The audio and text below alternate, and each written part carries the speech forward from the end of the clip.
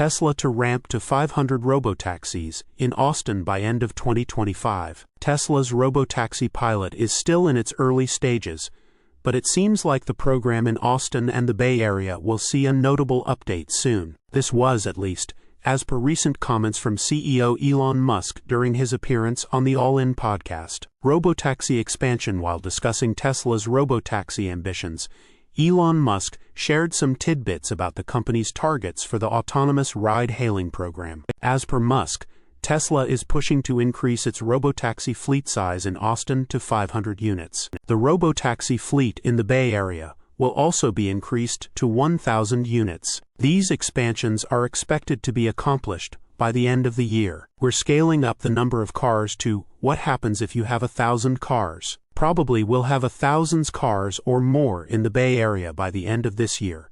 Probably 500 or more in the greater Austin area, Musk said in the podcast. Considering that there are only 2 months left in the fourth quarter of 2025, Tesla's Robotaxi team will likely be extremely busy during the next 8 weeks. A successful expansion of the Robotaxi pilot in Austin and the Bay Area will also bode well for the company's ride-hailing program, which has been pretty conservative as of late. Musk's Robotaxi comments. Elon Musk has been pretty clear in the past that Tesla's FSD and Robotaxi network would play a huge role in the company's future valuation and potential. Thus, during the third quarter earnings call, Musk highlighted that Tesla will also be transitioning to a system with no safety monitors in Austin by the end of the year. We are expecting to have no safety drivers in at least large parts of Austin by the end of this year. So within a few months, we expect to have no safety drivers at all in at least parts of Austin. We're obviously being very cautious about the deployment,